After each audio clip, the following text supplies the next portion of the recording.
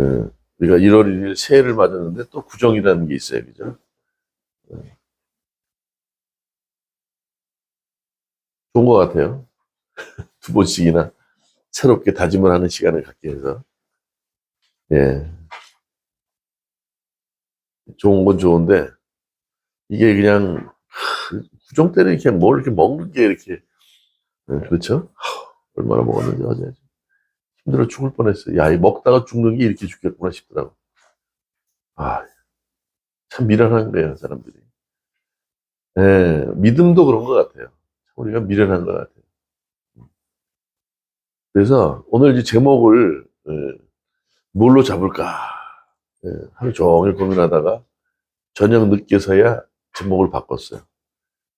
예, 한 열 몇 명 되는 사람이 그 조그만한 녀석 하나 오니까 전부 다 시선이 글로 다 집중이 되는 거예요. 얼마나 귀여운지 이제 뭐 3살이나 됐을까? 말도 잘하고 이거 해요, 이거 해요. 그럼 네. 그러다가, 그럼 알겠어요. 그러면, 네. 이해하면 대답이 달라. 알았어요. 그럼 네. 그러다가, 이거 이렇게 하는, 내일 집에 가서 이렇게 해야 돼. 네, 알았다 이거야. 그리고 뭐, 얘기 또 하면은, 목소리, 네! 커지고 말이지. 그러니까, 무슨 얘기를 하는 걸 받아들이고 이해하는 거에 따라 목소리가 달라지고, 소리가 커지고 작아지고, 또 길어지고, 뭐 이래. 참 얼마나 귀여운지. 그래서 오늘, 본문의 내용은 뭐, 보시면 다 알아요. 결국 이제 사도 바울에 대한 사도권에 대한 이제 지적이 있는 거예요. 거기에 따라서 바울 사도가 변론을 하는 상황인데, 그렇죠. 우리 살다 보면 우리의 미련함 때문에 실수하고 실족하고 계속 반복되는 일들이 많은데도 불구하고 우리의 미련한 걸 생각을 안 해. 그렇죠. 잘 믿는데 왜 이런 일이 생깁니까? 그러고 원망의 대상을 어떻게 해요? 우리 믿는 대상, 주님께 돌린단 말이에요. 우리의 믿음이 그래요. 그렇게 미련해. 그런데 아이들은 그렇지 않아. 얼마나 순수한지. 그래서 오늘 본론으로 이제 중요한 거는 우리가 겸손하고 순종해야 된다. 우리의 미련함 때문에 잘못된 것을 항상 우리는 핑계를 댄단 말이에요. 우리의 잘못을 인정하지 않아. 그게 기본적으로 본능적으로 그래. 살면서 그런 상처가 있어서 베트남 사람, 베인남이라고 하죠. 베트남 사람들이 그렇다 그러네요. 하도 침탈을 많이 당해서 또 외부의 어떤 그런 그죠? 식민 통치를 많이 받아서 그 사람들은 자기 잘못을 인정하면 그냥 죽는 거나 다름없이 생각한대요. 그래서 그들은 웬만해서 잘못한 걸 인정하지 않는다 그러네요. 그만큼 상처가 있어서 그래요. 예, 그런데 우리는 이제 그런 미련함을 늘 답습하고 반복하고 살아간다. 근데 주님을 믿은 우리는 그 이후부터는 그럴 필요가 없다는 거예요. 저도 그 얘기를 하려고 그래요. 그래서 중요한 것은 겸손해야 되고 어떠한 경우에도 순종하는 삶이 필요하다. 나의 미련함 때문에 교만해져서도 안 되고, 그렇죠? 또 나의 미련함 때문에 내 뜻대로 사는 게 아니라, 그렇죠? 우리 믿는 그분, 주님을 위해 말씀대로 순종하는 삶을 살아야 된다. 결론은 그거예요. 겸손과 순종이 중요하다는 얘기인데 오늘 좀 귀엽게 뒤에다가 의인하라 그러나요? 겸손이 순종이 그럼 얼마나 예뻐요. 이름을 우리 그렇게 바꿨으면 좋겠어요. 저도 김겸손 목사라고 말씀해주면 좋겠어요. 그렇죠? 여러분들도 뭐 조순종이 이겸손이 이렇게 한번 얼마나 좋을까? 응? 한순종이 이렇게. 그래서 좀 귀엽게 겸손이와 순종이라는 단어로 오늘 한번 제목을 잡아봤어요. 오늘 그런 얘기죠.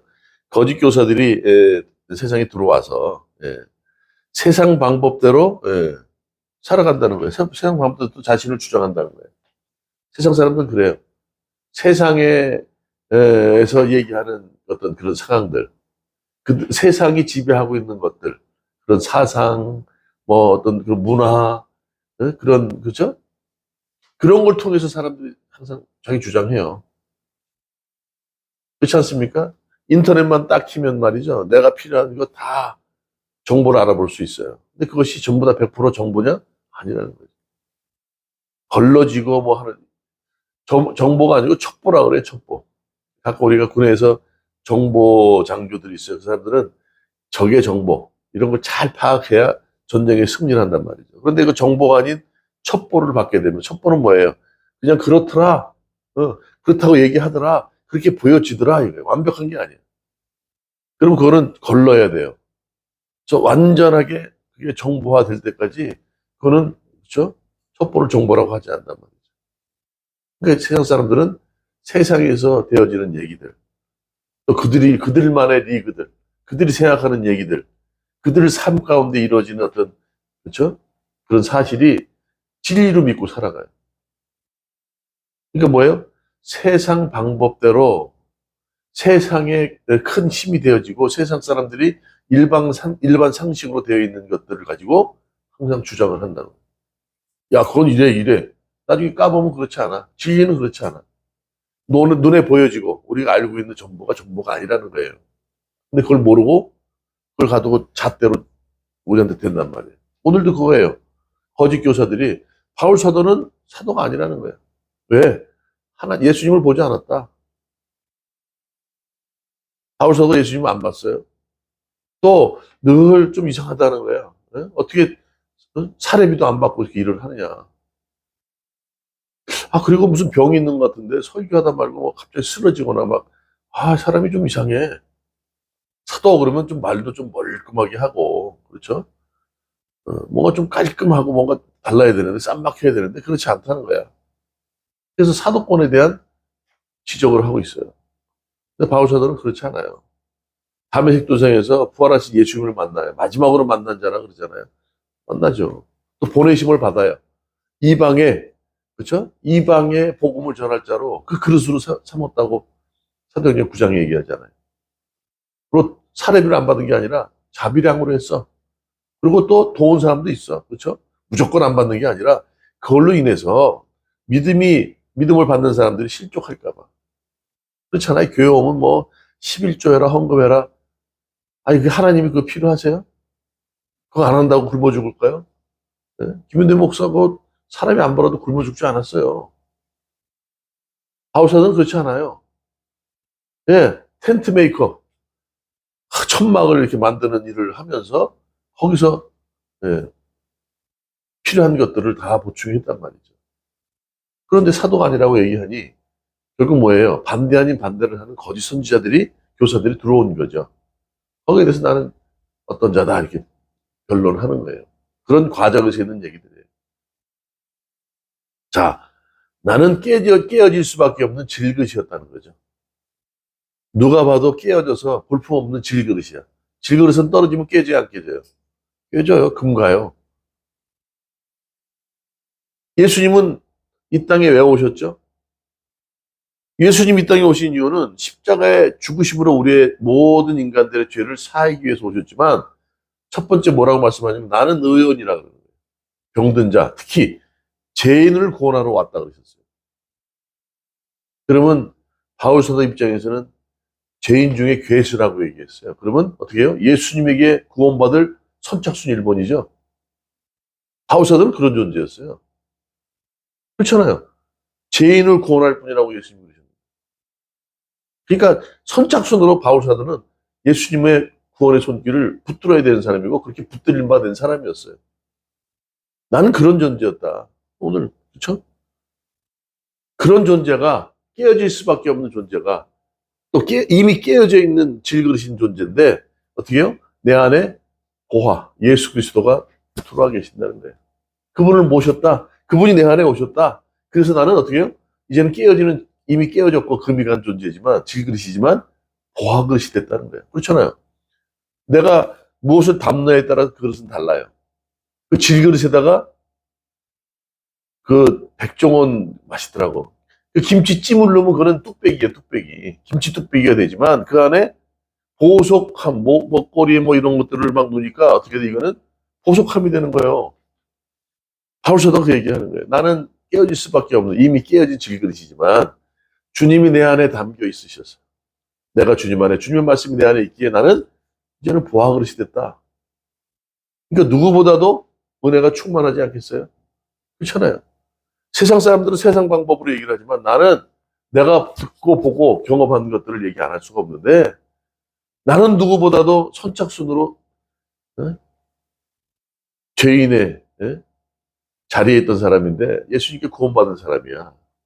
그분 통해서 나는 신분이 바뀌었어. 김치찌개 넣는 뚝배기가 아니라 질그릇이 아니라 보화그릇이 됐다니까. 자, 너희들이 주장하는 것 나는 그걸 진리라고 생각하지 않는다. 그렇죠? 내가 교사가 아니라고 상관없어. 오늘 뭐라 그래요? 그러므로 우리가 이 직분을 받아 국률하심을 입은 대로 낙심하지 않는다. 너희들이 그런 얘기를 해도 난 낙심하지 않는다. 우리가 오늘 이 얘기 때문에 하려고 그러는 거예요. 낙심한다. 절대 어떤 경우에도 여러분들 사람들 주위에서 얘기하는 것들 또 믿음을 넘어뜨리게 하는 사단의 공격에 낙심하지 마세요.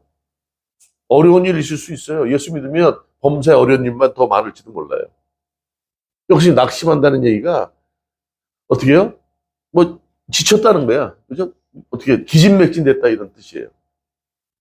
그래서 이때는 1세기에 이 시대에 로마 시대에는요 격투기가 있어. 격투기 중에 치고받는 게 있단 말이에요. 그러면 콘투할 때 가드를 올리라는 말을 해요. 가드가 뭐예요? 이걸 올리라는 건 이렇게, 그렇지? 이걸 올리는 이유가 뭐예요? 무슨 심형래처럼 피피하려고 하는 게 아니잖아. 방어 목적이에요. 방어인데 어디를 방어하는 거야? 여기 턱관절. 여기를 맞으면 이게 시신경이에요. 사람이 기절해버려요. 이걸 막는 거야, 가드가. 그렇죠? 낙심하지 말라는 얘기는 기진맥진한 상태에서 가드가 자꾸 내려와. 그럼 어떻게 해요? 한 방의 공격에 그냥 넘어질 수밖에 없는 상황이란 말이에요. 낙심하지 않는다는 얘기는 늘 지쳐 있지만 주님이 나랑 함께 한다는 이유 때문에 나는 가드를 늘 올리고 있을 수 있다는 거예요. 세상 살면서 낙심할 일이 얼마나 많아요? 있어요, 없어요? 많죠. 그건 어떻게 해요? 얼마든지 사단의 공격을 받을 수 있는 여지를 주는 거예요. 낙심하는 거. 가드를 내리는 거니까. 이 가드를 올린다는 건 뭐냐면 수많은 공격을 방어하기 위해서 올리는 거예요. 낙심하면 안 된다는 거예요. 너희들이 무슨 얘기를 해도 나는 낙심하지 않아. 이미 어떻게 해요? 진리이신 그분을 통해 자협을 얻은 난데 내 직분 받은 것은 나의 국률함을 입었기 때문에 그렇다는 거예요. 그리고 이에 숨은 부끄러움의 일을 버리고 속임으로 행하지 아니하며, 그렇죠? 잘못하면 우리가 죄책감으로 살아갈 수밖에 없고 늘 사단 마귀들의 괴계에 속임수에 넘어갈 수밖에 없는데 하나님의 말씀을 혼잡하게 하지 않는다. 사단 마귀들은 그거는 뭐 쫄개들이야. 이미 뒤꿈치를 다 밟으셨어요, 예수님. 그런 게는 넘어가지 않아. 역시 뭐 혼잡하라는 게 뭐예요? 자꾸 진리가 왔다 갔다 하면 안 되잖아요. 예수 그리스도 우리를 위해서 십자가에 죽으셨고 우리를 사랑하셔서 우리가 아무 자격이 없을 때 십자가에 죽으신 사건으로 하나님의 사랑을 우리에게 확증해 보이셨다. 그게 결론 아닙니까? 그런데 우리가 그걸 자꾸 늘 흔들리면 되게 안 돼요. 나를 사랑하실까? 나를 지금 나의 모든 형편을 좀 알고 계실까? 그 자체는요, 가드를 내리는 일이에요. 자꾸 낙심하는 일이라고. 힘들고 지쳐서, 그렇죠. 가드를 내리는 일이 있을 수 있어요. 그러나 늘 그러면 안 된다는 거예요. 흔들림 없이, 그렇죠? 혼잡하게 하지 아니하고 오직 진리를 나타내므로 하나님 앞에서 각 사람의 양심에 대해 스스로 추천하노라. 너희들 여기 3장에 나와요. 3장 1절에 우리가 다시 자천하기를 시작하겠느냐? 우리가 어찌 어떤 사람처럼 추천서를 너에게 붙이거나 혹은 너에게 받거나 하게 할 필요가 있겠느냐? 그 사도에 대한 지금 그죠 지적을 하고 있으니까 뭐 나에 대해서 다시 한번 또 추천서를 내야 돼. 너희들은 그러지 세상 방법으로 그렇죠? 내가 또 그래야 되느냐 이렇게 얘기를 하는 거죠. 네. 그러면서 얘기하는 게 너희는 우리로 말미암아 나타난 그리스도의 편지이니 이는 먹으로 쓴 것이 아니요 오직 살아계신 하나님의 영, 그렇죠? 하나님의 영, 십자가의 영, 십자가에 죽으신 그 사건, 그 영으로 쓴 것이며 또한 돌판으로 쓴 것이 아니요 오직 육신의 마음판에 새겼다는 거예요. 그렇죠? 추천서를 써야 하느냐? 이미 우리가 예수 그리스도의 십자가에 죽게 하심으로 그 그리스도의 영으로 우리가 다 알고 있는 거 아니야? 그걸 마음판에 새긴 거 아니냐 이거죠. 6절 그가 또한 우리를 새 언약의 일꾼이 되기에 만족하게 하셨으니 새 일꾼이 되게 하셨다는 거예요. 또 율법 조문으로 하지 아니하고 오직 영으로 함으로 율법 조문은 죽이는 것이요 영은 살리는 것이다 이렇게 얘기해요. 예, 내가 내 직분은 하나님의 새 언약이라는 거예요. 주님의 십자가에 죽으신 예수 그리스도의 이제는 율법이 아니라 실체가 오셨잖아요. 그래서 과거에는 돌판으로 새겨진 것이 아니고 새겼지만 이제는 새 언약을 어디에 새긴다 그래요? 우리의 신비에 새긴다 그래요. 마음판에 새긴다 그래요. 그분이 오셨어요. 예수 그리스도가 율법에 그 구약에 말씀하신 그렇죠? 새 언약은 뭐예요? 옛 언약 반대잖아요. 옛 언약은 구약일 것이고 구약에 말씀하신 오시고자 한다는 그 예수님 메시아 그리스도 그분이 이미 오셨으니까 그 실체가 오셨잖아. 그분의 새 언약으로 나는 직분을 얻은 것이다. 또 그 직분이 영의 직분이라는 거예요. 하나님의 영, 육신의 마음판에 이미 새겨졌다.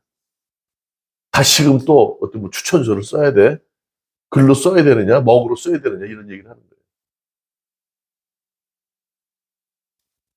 자, 오늘 그래서 바울 사도가 이러한 세상의 관점, 세상이 생각하는 그런 기준 하에서 주장하는 말을 통해서 낙심하지 않는다. 그러면서 과거, 현재, 미래를 통해서 낙심하지 않는 이유를 얘기하고 있어요. 첫 번째, 과거에 받은 은혜가 있다는 거예요. 그게 뭐예요? 오늘 1절에 긍휼하심을 입은 대로 낙심하지 않는다 그랬어요. 바울 사도는 아까 말씀드렸듯이 죄인 중에 괴수였어요. 예수님이 오신 이유는 죄인을 구원하라고 오셨다고 그랬어요. 그렇죠? 그 첫 번째로 선착순으로 구원받은 사람이에요. 바울 사도가 자격이 있었어요? 아니요. 회개하고서 구원받은 게 아니라니까요. 그날도 다메섹을 향해서 그렇죠? 예수 믿는 자를 핍박하기 위해서 달려가는 사이에 받았단 말이에요. 그러니까 내가 준비된 게 아니에요. 주님 만나주세요. 기도하셔야 된 게 아니라고. 맞아요? 틀려요? 그렇게 해서 구원받았어요. 그러니까 어떻게 해요? 과거에 내가 그런 은혜를 받았지. 그러니까 그분 때문에 어떻게 해요? 내가 원한 것이 아니고 그분이 나를 찾아줘서 만났으니까 나는 그분의 은혜로 이미 지금 구원받은 사람이야. 내 능력이 아니었단 말이에요. 그러니까 그 앞에 겸손할 수밖에 없죠. 겸손하게 살아야지. 내가 낙심하지 않는 이유가 그런 거야. 나는 막 열의가 있어서 광분해서 내가 예수 믿는 자를 가만두지 않겠어. 그 전에 스테반 집사를 돌에 맞아 죽게 만든 사람이거든, 사실. 그때도 뭔가 변화가 있었어요. 아니, 이런 일이 돌에 맞는데도요, 얼굴이 환해. 저들을 용서해달라는 거예요. 예수님이 그를 이렇게 품에 안았다 그러잖아요. 서서 영접했다 그러잖아요. 보니까 이게 사람의 얼굴이 아니야. 천사의 얼굴이야. 어떻게 저럴 수 있을까? 나는 생각은 있었겠지. 그러면서도 더 사람은 독해지거든, 그런 거 보면. 피를 보면 강해지듯이. 그래서 예수 믿는 사람 핍박하라 그냥 막 흥분해가지고 가는데 거기서 틈 만나는 거야. 깜짝 놀란 거지. 내 과거에 그런 하나님의 은혜로 그 국민함으로 내가 구원을 받는 사람. 내 삶이 바뀐 사람인데. 내가 너희들이 뭐라 그러는지 다 알아. 내가 너희들보다 더한 삶을 살았거든. 너희들보다 예수 그리스도를 믿는 사람을 핍박하는 거는 내가 타의 추종을 불허할 정도로 했던 사람이야. 너희들이 얘기한 거 다 알아. 세상 지식, 엄청난 지식을 갖고 있는 사람이야. 바울 사도. 너희들이 주장하는 거 내가 모르지 않아. 내가 몰라서 너희들 가만히 있는 줄 알아? 속으로 그런 생각하지 않았겠어요. 그런데 나 같은 사람이 예수 그리스도라는 분의 어때요? 국민함을 입고 직분을 갖고 사도가 되었다는 거예요. 그래서 너희들이 뭐라 그랬나 절대 낙심하지 않는다는 거예요. 가드 안 내려. 너희들이 세상 방법으로, 세상의 지식으로, 그렇죠? 세상의 사상과 문화로 나를 가드 내리고 무장해제시키려고 그러지만 그것은 결국 나를 넘어뜨리려고 하는 사단의 계획인지 안다. 난 낙심하지 않아. 과거에, 그렇죠? 과거에 받은 긍휼 때문에 나는 낙심하지 않는다는 거예요. 왜? 그분이 지금까지 함께 해주셨기 때문에. 믿습니까? 여러분들 지금 이 자리에 그냥 있는 것 같아요? 아니요. 맨날 매일 주일 한번 예배 드리는 것이 그냥 똑같은 반복적인 일 같아도 그렇지 않아요. 매일매일 깨닫습니까?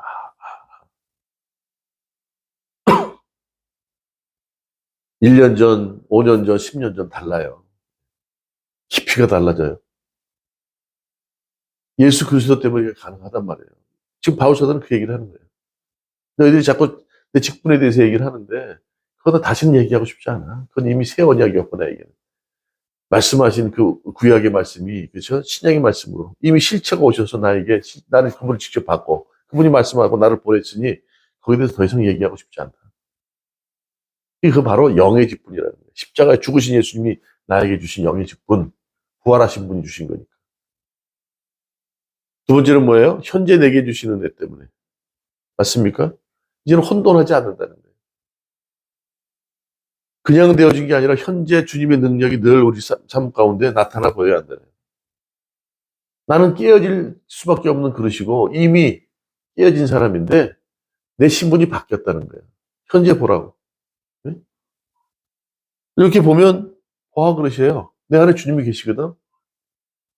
과거에는 어떻게 살았는지 모르지만 이제는 달라. 저 옛날에 예수 믿는 사람을 핍박했던 바울사도 맞아? 오, 야, 저 바뀌었다. 자기도 놀래, 자기도. 바울사도 놀래. 자기도 놀란다는 거예요. 우리 사람이, 세상 사람들이, 우리 이제 믿는 사람들이 낙심하는 이유는요, 사소한 일에 낙심해요. 그러니까 넘어지는 이유가 사소한 것에. 그 다음에 낙심하기 때문에 넘어진다는 거예요. 작은 것에.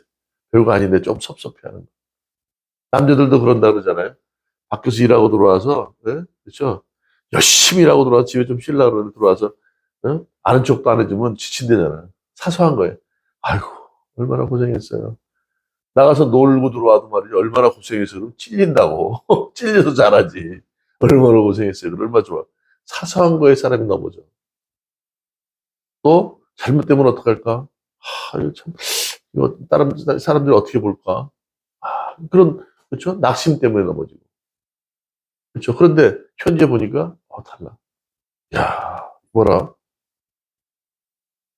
나를 자랑하는 게 아니라, 어떻게요? 주님이 나를 주장한다는 생각을 갖고 있으니까. 오늘도 어떻게 주님께 맡기는 거예요?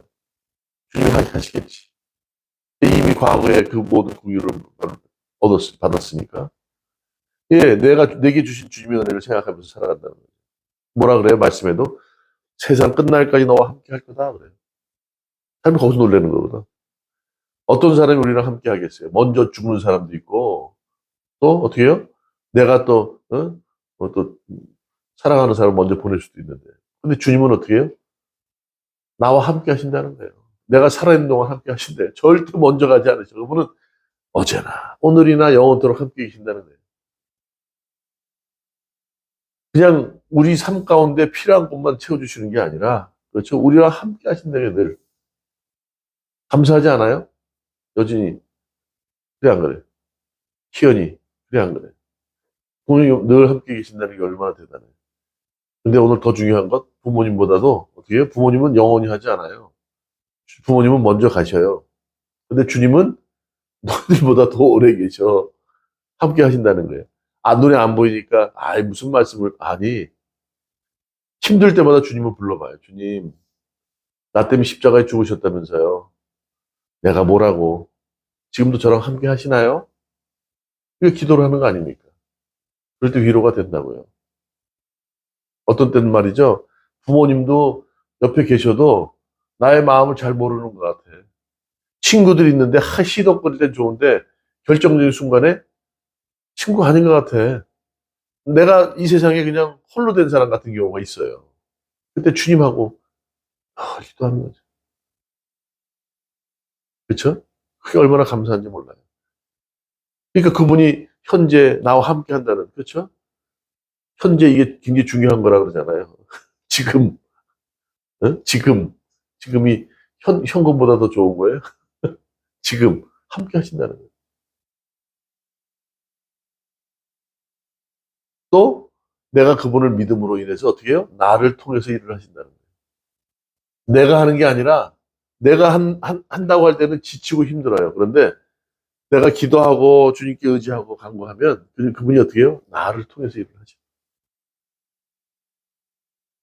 그러니까 낙심할 이유가 있어요, 없어요? 주님을 의지한다니까. 주님, 이렇게 힘들고 어렵네요. 그런데 주님께 하실 줄 믿습니다. 주님께서.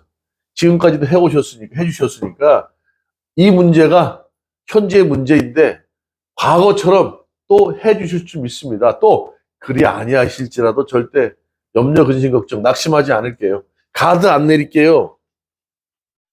주님께서 해주시겠어요? 안 해주시겠어요? 예, 해주세요. 또 안 해주실 때는 이유가 있는 거예요. 우리는 그런 믿는 거예요. 그런 말은 누가 못합니까? 아니요. 이게 주님의 말씀이에요. 또 지금 당장 우리는 해주기를 원하지만 안 될 때는 웨이팅, 기다리라는 얘기야. 너의 수준이 될 때, 또 너의 환경이 될 때, 네가 이것을 받아들일 수 있을 때 해준다. 저 yes, no, 웨이팅, 기다려. 이 세 가지가 주님의 응대의 방법이에요. 그러니까 현재 우리가 주님의 은혜를 받고 있는 거예요. 죽으면 이게 가능해야 하는 거예요. 죽으면 끝이야. 회개할 시간도 없어. 그러나 지금은 살아있게 주님과 기도로 소통할 수 있기에 지난번에 말씀드렸어요. 우리가 졸 때도 주님은 이렇게 제자들을 바라보고 계셨죠. 예수님이. 그 시간에 기도하셨다고 그랬어요. 왜? 길을 열어주기 위해서. 우리를 위해 십자가에 죽으셨는데 뭘 못하겠어요. 그래 안 그래요? 시연이. 우리를 위해서 내 아들을 십자가에 죽게 하셨어. 그러면 하나님께서 아들을 통해서 살리신 시연이를 잘 되기를 원해, 잘못되기를 원해. 그러면 계속 관심 갖고 지켜보겠어? 아니면 그냥 잘 살든지 못 살든지 마음대로 하게 내버려 두시겠어요? 잘 되도록 늘 보시겠지. 아니, 자기 아들을 생명을 대신해서 살게 했는데. 그러니까 힘들게도 하신다는 거야. 잘못되는 걸 원치 않으니까. 그래서 간섭을 하시는 거야. 이거 해라, 저거 해라. 그렇게 또 불편하게 하시는 분도 아니야. 늘 환경을 통해서 조건을 통해서 힘들게 하시는 이유는 잘 되게 하기 위해서 간섭하시는 거죠. 부모님이 잔소리 하듯이. 그거를 불편해하면 안 돼. 그러니까 믿는 사람들은 주님의 함께 하심과 간섭이 있어서 어떤 면으로 더 힘들지도 몰라. 그리고 이게 되는 거지. 현재를 통해서 내게 주신 은혜가 있기 때문에 낙심하지 않는다는 거예요. 아직도 나는 가능성이 너무 많아. 지금 현재 내가 원하는 것이 안 될지 모르지만 돌아보면 해주신 게 많고 해주실 게 많단 말이에요. 그렇다면 우리가 낙심할 이유가 없지. 있습니다. 자, 만일 우리의 복음이 가리었으면 망하는 자들에게 가려진 것이야. 이게 3절 이 얘기 참 애매해요. 이게 뭔 얘기예요? 믿지 않는 사람들은 그런 얘기야. 너희들 믿는 하나님이 있다며. 그러면 앞에 한번 능력 보여봐. 그렇게 할 수 있어요, 없어요? 아니, 너희들 하나님 믿는다. 왜 실패를 하냐? 사업도 잘 돼야지. 그래, 안 그래요? 그런 얘기 할 수 있어. 그럼 어떻게 답변할 거예요? 오늘 얘기하는 거예요. 그 중에 이 세상의 신이 믿지 아니하는 자들의 마음을 혼미하게 했다는 거예요. 그건 하나님이 안 하시는 게 아니에요. 또 우리 삶 가운데 일어난 모든 결과도 내가 하는 게 아니에요. 하나님이 하시는 거예요. 그건 뭐예요? 다시 말하면 세상 신을 믿고 있기 때문에 안 된다는 거예요. 주님을 온전히 의지하지 않기 때문에. 그래서 안 된다는 거예요. 그거는 하나님이 우리를 돌보시지 않는 게 아니라 믿는 사람들도 주님을 전적으로 의지하지 않기 때문에, 그렇죠? 그러므로 인해서 실패하는 거라는 거죠. 내 욕심을 위해서, 내 이익을 위해서, 내 세상 영리를 위해서 하기 때문에 그것이 실패된다는 것이지, 그게 하나님이 안 하시는 게 아니라. 하나님이 그걸 하시게 되면 문제가 되죠. 주님은 공의이시고 사랑이세요. 그냥 잘했다 못했다 공의만 가지면 얼마나 두려워. 근데 아니에요. 사랑을 기반하에 하고 계시다고. 사랑 없는 공의는 무서운 거예요. 그거는 공포야, 공포. 그런데 또 공의 없는 사랑은 뭘까요? 그럼 방종이 방종. 하나님은 그런 분이시라고. 절대 우리를 잘못되게 하지 않으세요. 낙심으로 좌절하게 하지 않으세요. 넘어지게 안 하신다고. 현재 내게 주신 하나님의 은혜를 생각하는 그런 삶이 되어야 된다는 거죠. 세 번째, 미래. 자, 과거의 은혜로 우리 국민함으로 우리를 구원하셨어요. 현재도 우리랑 함께 하시고 돕고 계세요. 그렇죠? 우리가 기도하고 간구하면 다 깨닫게 하시고 이해하시고. 또 마지막, 미래는 뭐예요? 미래를 우리가 바라볼 수밖에 없는 이유는 그분은 우리를 부활시키신다는 거예요. 어떻게 해요? 영화로운 몸으로. 신령한 몸으로 우리를 부활하게 합니다. 그리고 마지막에 심판하신대요. 심판하실 때 싹 갈라. 우리가 지금 믿음의 삶을 살면서 결과가 없는 것 같지만 마지막에 심판하신다니까요. 자, 이쪽, 오른쪽, 왼쪽. 성경에는 그게 나오죠. 예? 양은 오른쪽, 예? 염소는 왼쪽 이렇게 하듯이 그렇게 구분을 하실 거예요. 우리는 마지막 심판하실 그분이 우리에게 다시 오심을 믿기 때문에 그 믿음으로 살아가는 거 아닙니까? 그렇죠? 그래서 우리가 아까 말씀드렸듯이 겸손해야 되는 이유는 우리가 하는 게 아무것도 없다는 거예요. 우리가 모세를 볼 때 모세가 지팡이로 홍해를 딱 치니까 어떻게 돼요? 이렇게 가리키니까 쫙 갈라지죠? 그러면 모세의 지팡이의 능력이 있는 거예요? 아니요. 주님이 하신 거죠. 여호와 하나님께서 하신 거예요.